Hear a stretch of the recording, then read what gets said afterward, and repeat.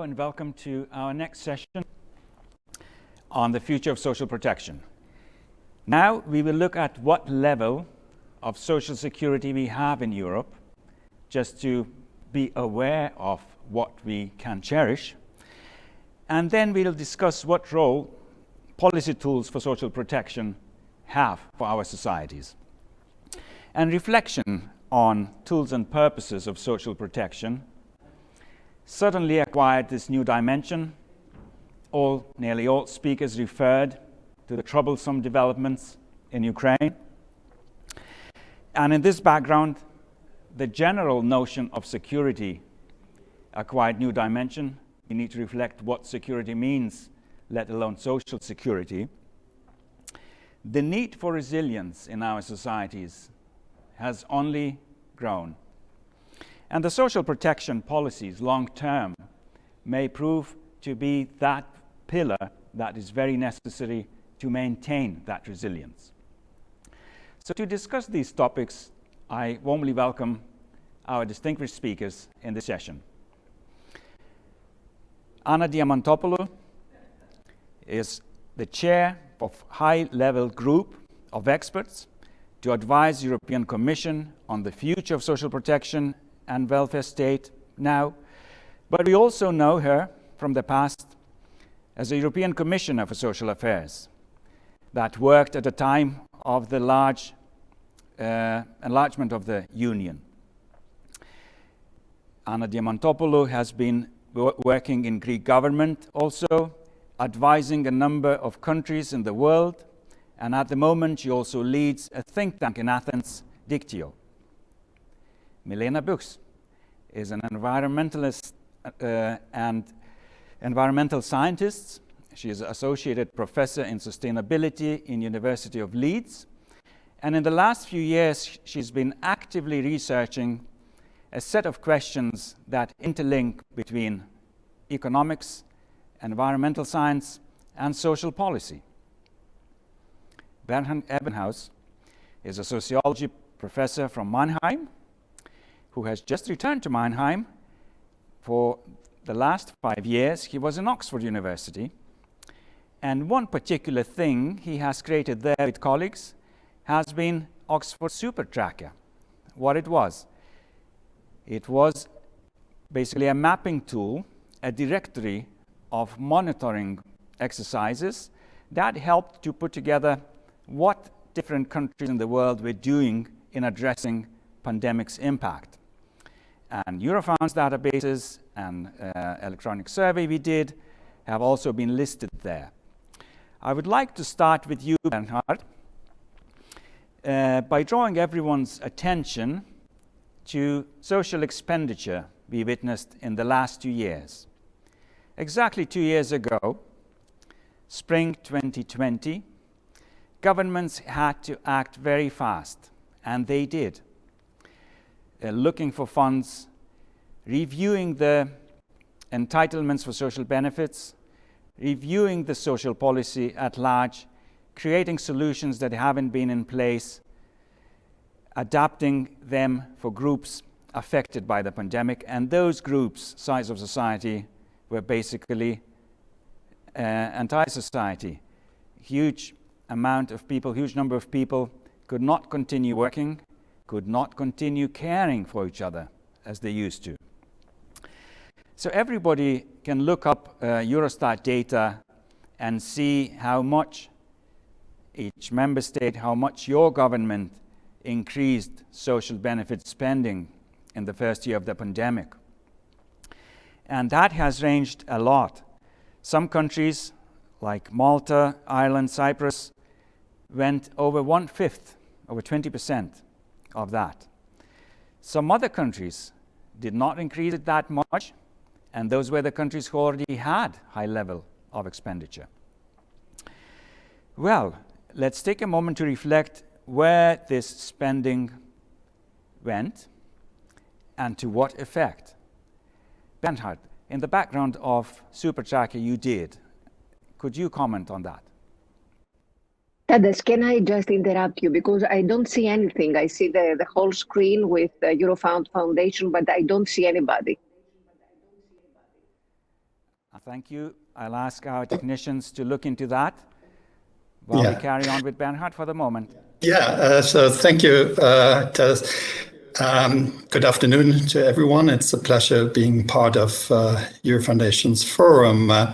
As you said, Tadas, certainly we see differences across welfare states in terms of their spending during the pandemic. And maybe this reflects to some degree, you mentioned some countries like Malta and others that have not such an elaborated, expanded welfare state. They needed to therefore spend more than maybe the more advanced welfare states that had a relatively high level of spending already and have automatic stabilizers during a crisis like the pandemic. And it's definitely was unprecedented. It took everyone by surprise, as much maybe as the current war in the Ukraine.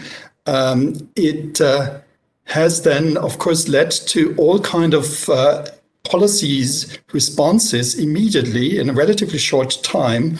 And that was one of the efforts that we did, and many other people around the world, tracking basically policies through this rather quickly evolving pandemic. And I think this is one of the big data kind of moments of citizens, academics, and also international organizations really trying to monitor what was happening in a relatively short time, basically watching this live. And one of the analysis we did in Oxford at the time was looking, for example, at the COVID-19 EU policy watch of the EU foundations and looking at how countries, welfare states in Europe responded to the potential impact in terms of the employment crisis. And we saw that within relatively few weeks in early 2020 with the pandemic, some of the countries really extended their already existing short-time work schemes, while others really had to innovate and copy maybe other countries like the UK with the relatively generous furlough scheme. So they then extended their scheme and made it a relatively generous, which was unheard of given the liberal welfare state background. So we can see that certainly that to some degree welfare states have automatic stabilizers, but they also need to innovate and expand, of course, their policies. And you mentioned, that certainly in terms of the response to the employment crisis, one can see that the model and the choice of European countries was really to use job retention schemes, short-time work schemes, to reduce the risk of job dismissal. And if you compare the European Union with the US, the US had a really quick rise of the unemployment rate to more than 14%. And as you just presented earlier on, Eurofoundation's own calculation is about 5% of further unemployment rate increase would have happened if countries wouldn't have responded in the way they did in Europe. Thank you. And in your research, you have been specifically tracking the number of jobs protected. The largest numbers were specifically in over the period of a few months in 2020. And let me just remind, in countries such as France and Italy, nearly every third worker was assisted by government. In Germany, nearly each fifth. And the numbers went lower further when some opening was possible. But a proportion of supported workers by the governmental measures was really lasting for quite a while. Other speakers earlier have said that it's not only national initiative. EU came up very fast with really vast support, which was helpful. But here we just spoke about people who had employment contracts. So when we discuss social protection, we speak about people who had ground for expecting certain support, even though policies had to be adjusted. But it wasn't just that.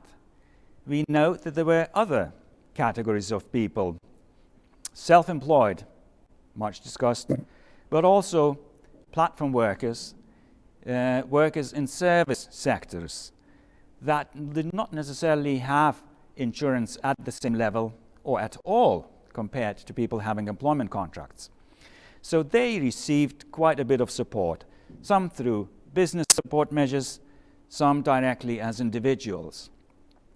An important reflection to be taken is why we need to support this. Could this continue? Bernhard, could you add a comment?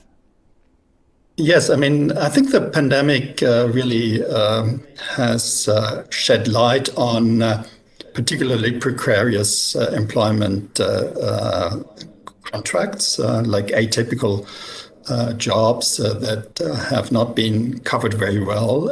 On the one hand, in terms of workplace rights, as well as, of course, in terms of social protection, from sickness pay to what happens if they become unemployed and so on. And then particularly, of course, with the new gig economy, the solo self-employed are a group that in many countries are not covered as much as one would wish, because in a way, to some degree, they do not contribute through social contributions to the social protection system. Therefore, they might have a advantage and can compete on their lower prices. And that might be something to really reconsider. And the European Union has started, of course, with the platform work initiative on that topic. I think there are also other groups, certainly, that have been more or less affected through the crisis. We can see certainly that white-collar employees had often the advantage of being able to work from home. But there are then challenges in terms of reconciling work and family for those. So we see certainly a number of particular problems that probably have been with us for a longer time, but the pandemic really put a kind of a spotlight on them. Now, in terms of whether that's sustainable or not, I hope that we do learn from the crisis, and as we are currently in a situation where we can expect more employment problems to come post-pandemic as consequences of the war situation. I think we need to really reconsider and have really a system of social protection for everyone that is fair and also protective and would work and kick in, particularly in these crisis situations. Thank you. And we do notice initiatives, explorations of how automatic enrollment incentives could help that. That's indeed a very fresh impulse that countries and EU have received and is processing and applying. I would like now to turn to Anna. Can you hear and see us well now? We do not hear you now. Maybe let's check the microphone. But in the meantime, I can hear you very well. I cannot see you, but never mind. Good. We see and hear you well, and that's a real pleasure. Okay, so that's you, important. like not many, have a very good position to help us gain a broad perspective. You've been seeing the Union evolving, and you were close to the social dimension and social policy development. And those who seek more social justice, improve social policies, often meet an obstacle that there are different welfare state models, countries have slightly different approaches and perspectives. But overall, don't you have a sense that over the last decade or so, there has been a strengthening of the social dimension? Could you help us see where there was progress and where we still stumble? The answer is yes, but absolutely yes. But of course, you give me the opportunity to touch upon, to connect our discussion with what is going on in the world and in Europe. As you have already said, I was a commissioner during a very interesting period. It was the period that the enlargement happened, the European enlargement happened, and at the same time there was the introduction of Europe. Today, several years after these milestones, it is European Union is still a pole of attraction. It is still a dream for many countries which want to be members of our union. Our discussion this afternoon is taking place under the heavy shadow of fatal events due to the Russian invasion of Ukraine. Ukrainians, in the midst of a bloodshed, appeal for the EU to fast-track its membership application, the same the Georgians.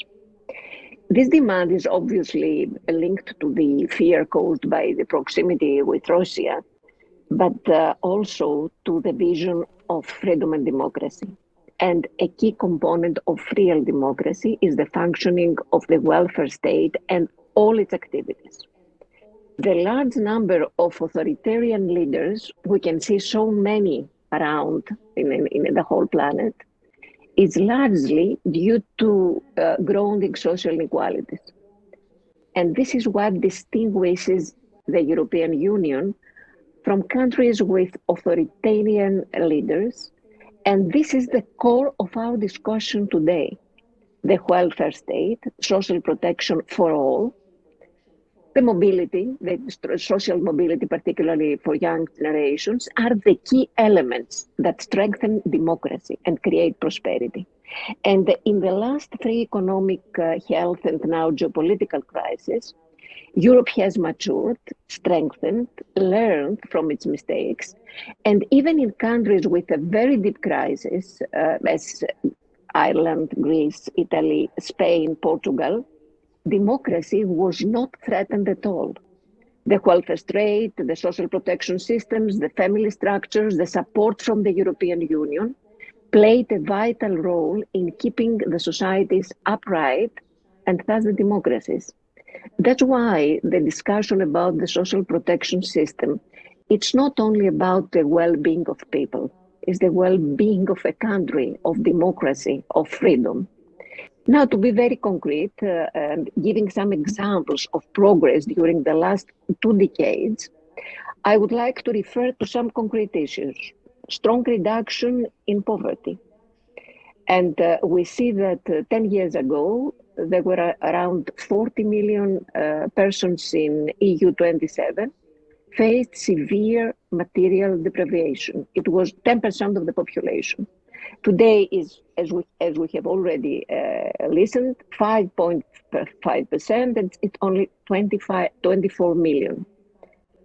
Second important issue, it is the progress made in labor market, in the labor market integration of women and older workers. We tried hard. There were many policies in place. There was a lot of financial support for this.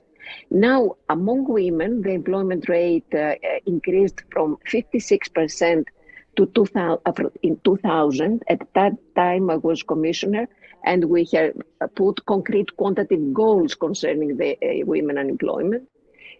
Today, it has increased to 67% in 20.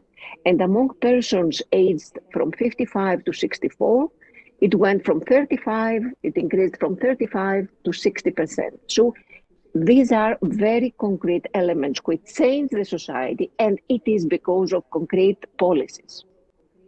Last but not least, I would like to make a reference to Europeanization of social issues, starting from Lisbon Strategy in 2001 up to today with the Action Plan and Porto Summit and the using of method of open coordination.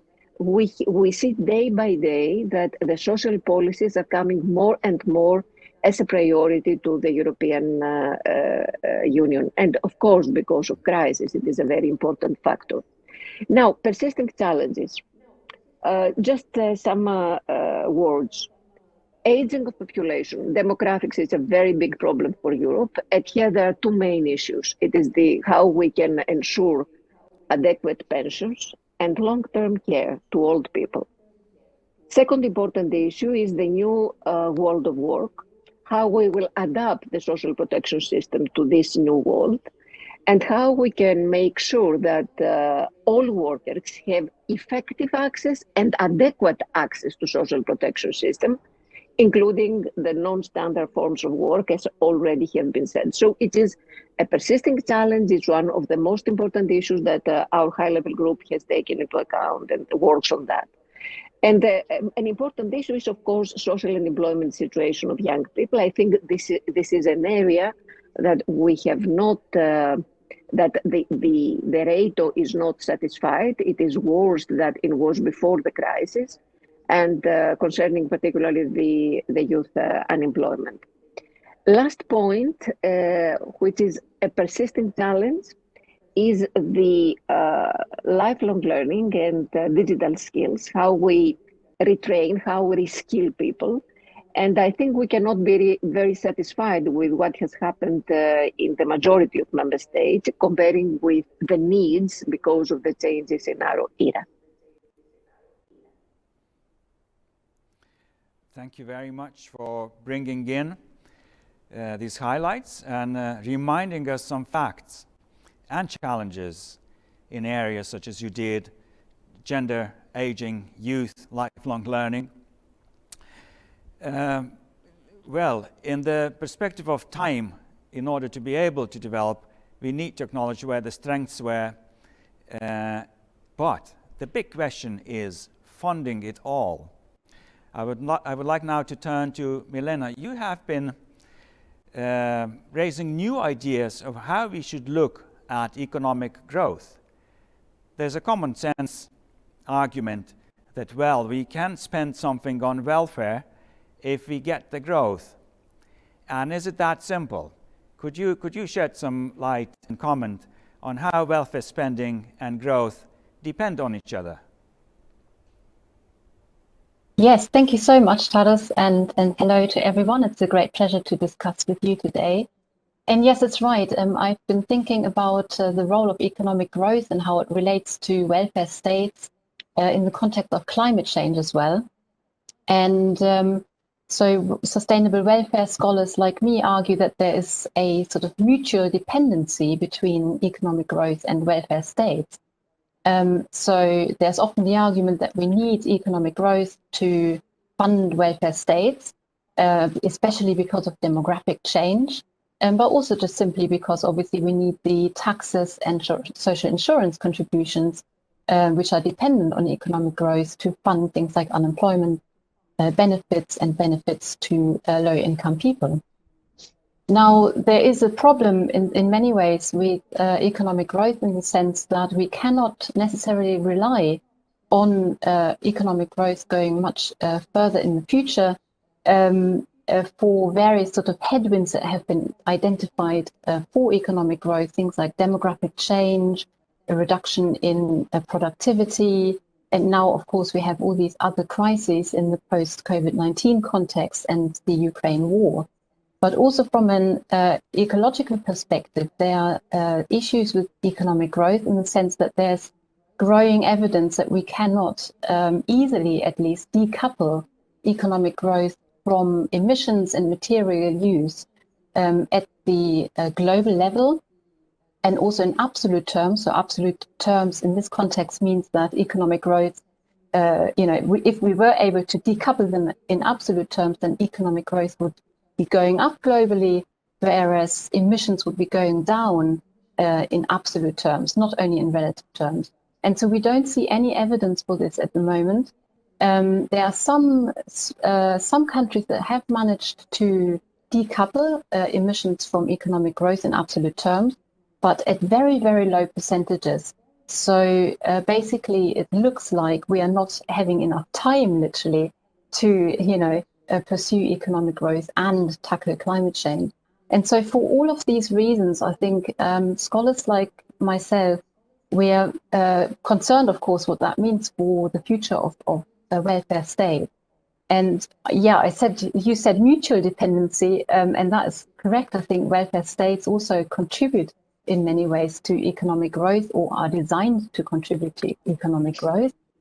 Of course, they stabilize demand during economic downturns, and also they sometimes and increasingly so, I think, respond to the issues that economic growth can create due to technological and structural economic developments. The unemployment changes, the labor market changes that we have seen. You have already mentioned precarious work patterns, rising inequality. So there's, in a way, with economic growth often comes an increase in demand for welfare state spending.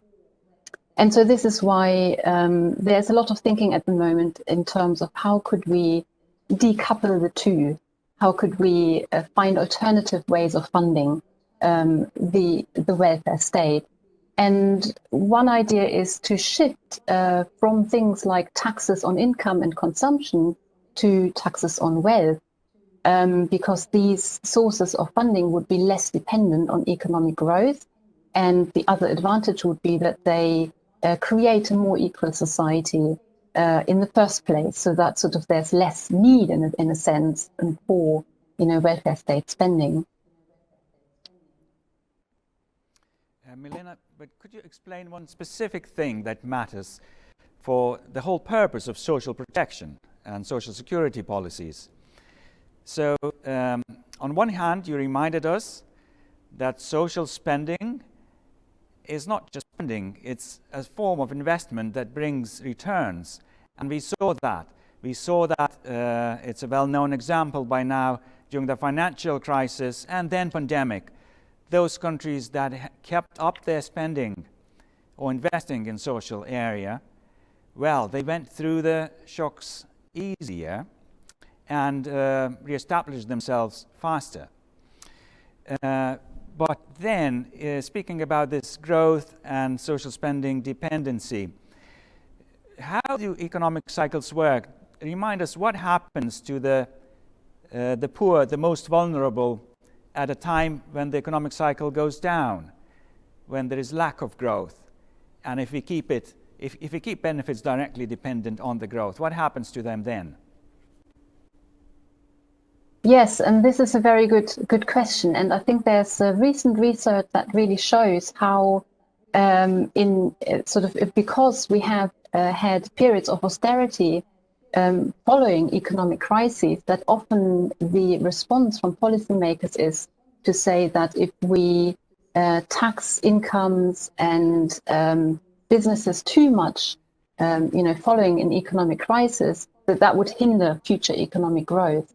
And so sort of periods of austerity can then, of course, be major sources for reductions in benefit payments and further deregulation of labor markets.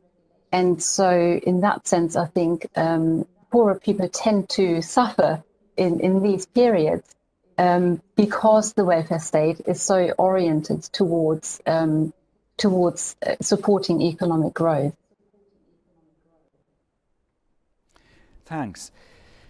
Let's take a moment to reflect a little bit about the purposes why we have social security systems.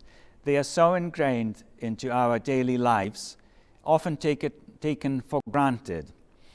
But let's think where we target them, where we target social protection policies to, and what we expect from that at societal level. A proponent of social investment approach, Anton Hemmerich, he suggests that there have to be three-pronged approach into how we structure our social policies in this century. That first of all, we need what they call buffers, protection mechanisms against socioeconomic shocks. That is social insurance, assistance social assistance that helps in situations of losing income. But we also need to support flows or life transitions, such as from education to work, from work to training, and then back to work, to parenthood, and back, changing careers, etc.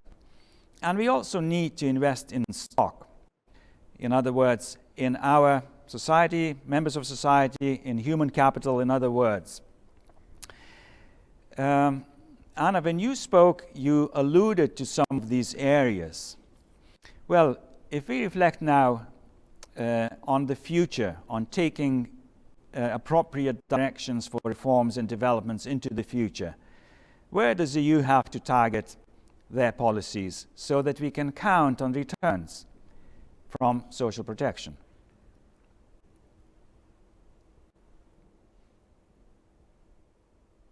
Do I understand that you ask me, Tadas?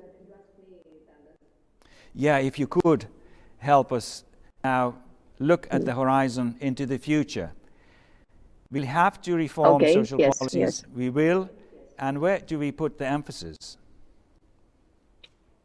I think it is quite difficult to focus on one or two areas, because we all know very well that the social protection is a very wide issue. I mean, you can include everything, and there were many discussions if social investment is part of social protection or not, and I really do believe that it is.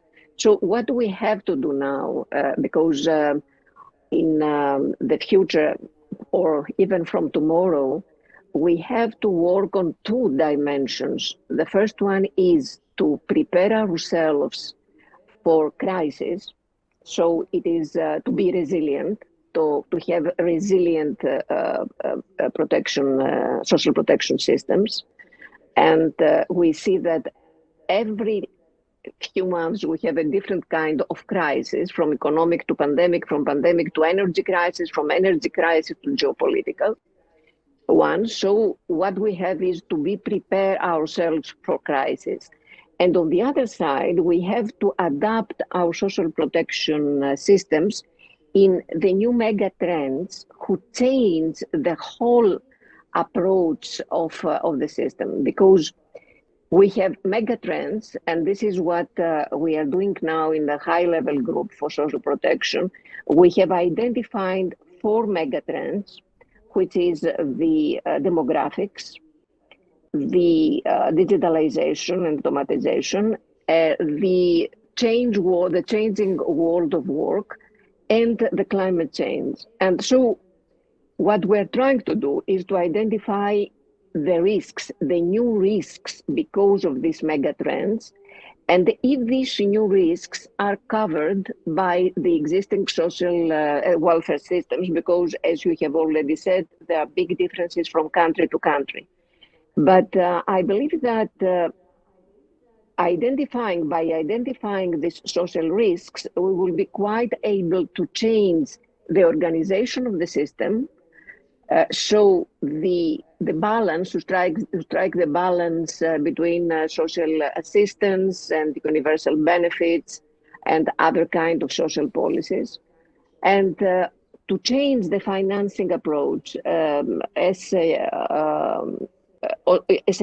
already has been said. We need new funding, because there will be, it is already here, a reduction in social contributions and in labor tax.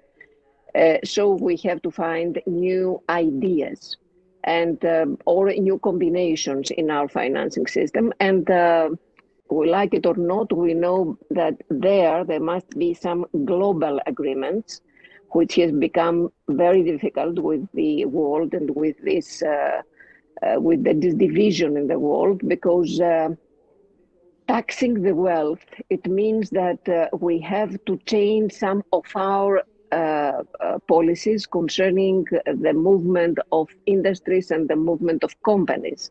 So there is a need, and I think the role of OECD is very important there, that of the European Union as well, to find international agreements concerning taxation. Already we have one, which is important, but it is not enough. So general and global agreement on labor market issues, fundamental rights, and fundamental new kind of rights, because the new forms of work have new kind of rights, and taxation. So I think this is the new framework that we have to work in.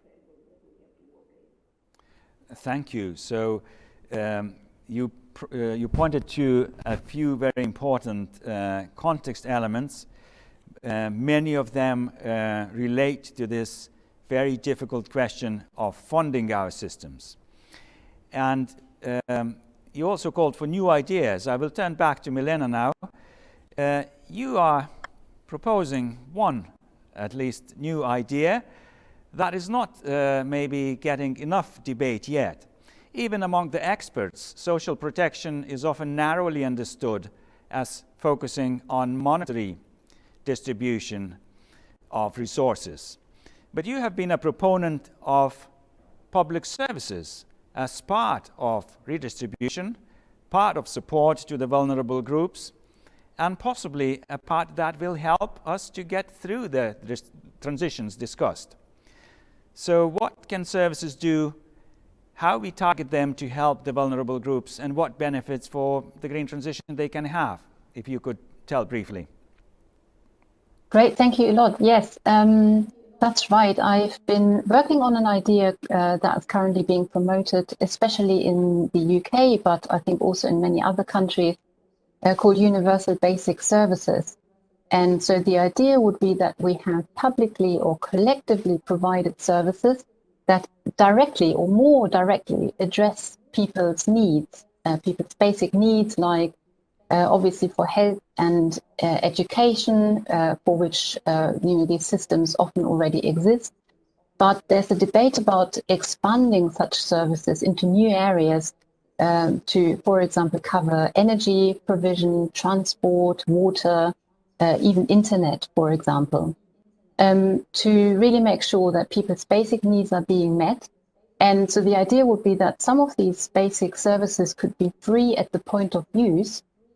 And it depends on the type of service, but for example, for health services, obviously, this is being targeted based on needs. So if you need to go to the doctor, they are then eligible for healthcare.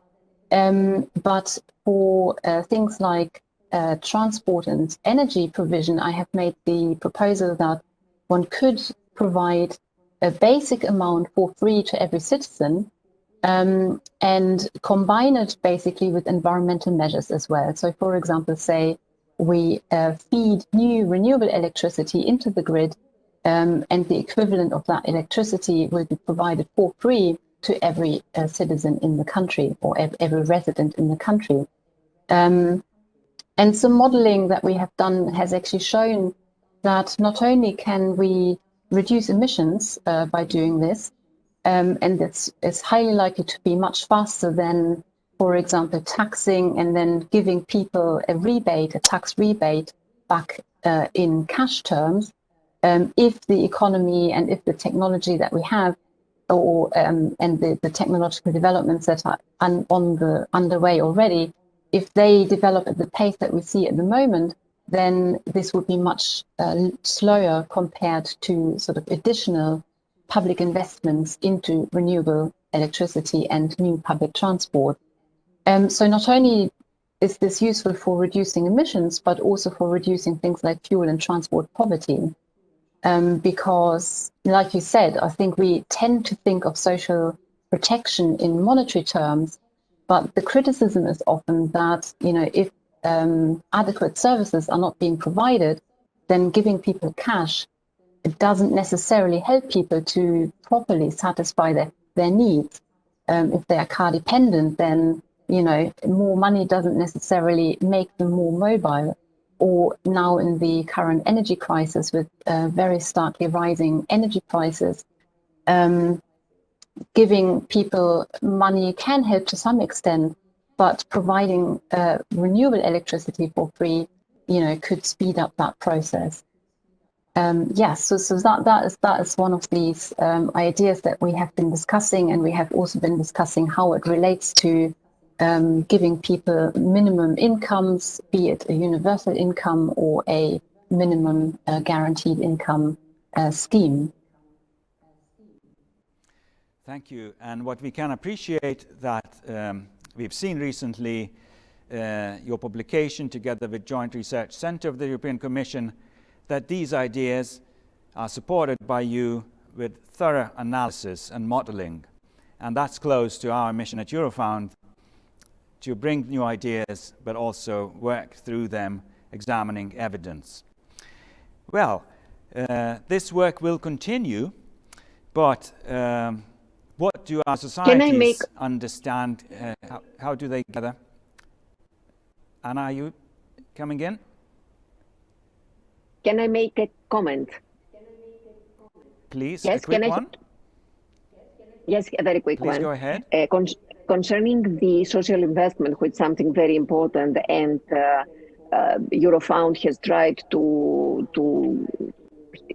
quantify the return of social investment, is very important. But I think that we have to take into account that we must not test it only in terms of economic and financial gains.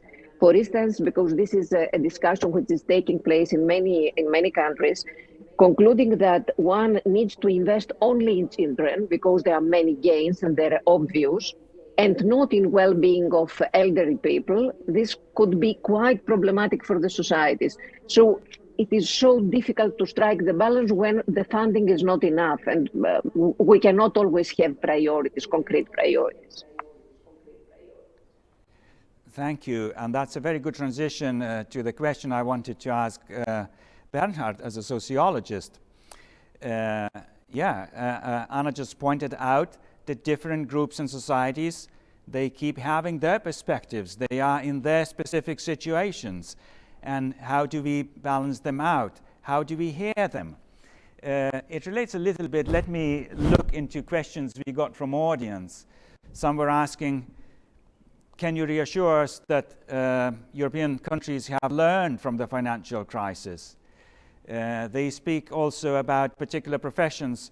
How will freelancers do in the new world of work, in the new regime of social protection? Can there be measures for them? And so on and so forth. So as a sociologist, you have written a book that was titled Welfare State Reforms Seen from Below.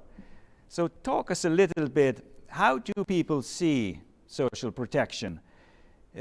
Which forms, which types are most appreciated by the public? Which maybe are not seen so well and more controversial? Yes, I mean, it's an important question to think on the one hand about the policies we need to put in place for the future. But on the other hand, of course, you need also a political will to do so. In research that I did over the last 10 years with colleagues here in Mannheim, we looked at the support of the welfare state, public opinions, and what it comes out, of course, of work looking at it comparatively across European countries over a long time period, is that there are some programs that are very, very popular.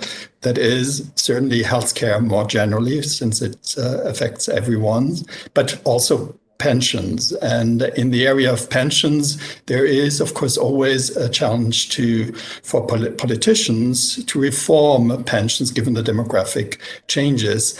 And there's also, given the current reforms, some tendencies towards cutbacks in future pensions. So that will play out, maybe increasing old age poverty to a degree we haven't been used to, at least in large parts of Europe over the last 2 decades. So in general, there might be, on the one hand, a general support for these areas vis-a-vis less support and more divisive support about reforms in terms of unemployment and labor market policies, to some degree even family policies. And so the question is under what conditions would the public change its preferences? We did find that in the long run, there seems to be somewhat a learning curve also in the public in terms of the challenges to the welfare state and some consideration there. But it's much more stronger in those countries, of course, where you have already a saturated welfare state, whereas in countries like Southern and Eastern European countries, where they still need to catch up, people are very much aware of this. And if you look at survey data, one can show that it's really the perception that some of those benefits are inadequate that lead to a extension of that. The other finding, of course, that is very important is our way in which we basically have a discourse about solidarity and social policy. That is, the ordinary citizens has a consideration of the deservingness of groups. And it's not only, what am I getting out of the welfare state, it's also to what degree do, for example, particularly people in more precarious situation, have no control over the situation. So during a crisis, we do see that there is much more support, and more recent data with the pandemic really showed that there is a bit of a slowly shift from, let's say, the protection of the old social risks towards some of the more recent pressing issues in terms of social policies. And so that's one part. The other part we looked at in that project and book was actually the other force from below is the role of social partners and how they respond to reforms. And that's something we need also to keep in mind. To what degree have the social partners, particularly the trade unions, in reform processes, a role on the one hand to defend the acquired social rights, but also to rewrite maybe the future of the social contract. And I think some of you mentioned, or it was mentioned, the Great Recession, the financial market crisis. That was a moment when certainly one would have expected social partners to come together and do some kind of social pacts. That didn't really happen as much, particularly not in the countries where it mattered most, where the biggest crises were. So under Troika conditions, for example, it was difficult to negotiate for governments with the social partners. In the pandemic, at the beginning, it was relatively fast moving. Again, social partners are sidelined. But I do think that in the post-pandemic context, and even with the more recent waves of the pandemic, one could see that social partners had a role in negotiating the return of work, and they will play a role in negotiating, for example, how to deal now with working from home in the future. To what degree should that be regulated or changed? How do we deal with atypical workers in the gig economy? Again, I think there's a role also for the social partners. So I think we need to look, if we look at reforms from below, at both what do citizens want, and on the other hand, to what degree do the social partners, union, employers, associations, and also civil society basically come to terms and help to create a more cohesive policy and a consensus on rewriting the social contract. Good. It's good to be reminded about the actors that can be engaged in policy making and probably should. You're also indirectly reminded about solidarity as a fundamental European value, and we might need more of that very soon and promptly. Another question that came up from the audience is touching on subject we can't avoid today. And they ask, are there certain or any particular social protection aspects that will have to be under the spotlight now in the course of the war in Ukraine? And I'll ask you to think about this as we are approaching the end of our session, and let me give just a brief background to what happens in the social protection perspective. So first of all, we do see the brutality and the scale of demolition rising by hours. So there can't be any underestimation of the scale of the crisis there, and it's far from over. So the EU acted throughout this week at the highest level in rethinking plans, from giving temporary protection to financial planning to food, etc. But if there will be refugees coming in, we expect now that they'll get a protection status for up to 3 years that has to be regularized. What that will involve residence permit first of all. That will involve obligation for member states to accept children to education systems and care. And we know that so far we are receiving large numbers of women and children. And then member states will have their regulations. They will be expected, and they'll decide how to grant work permits, accommodation, training, access to social welfare.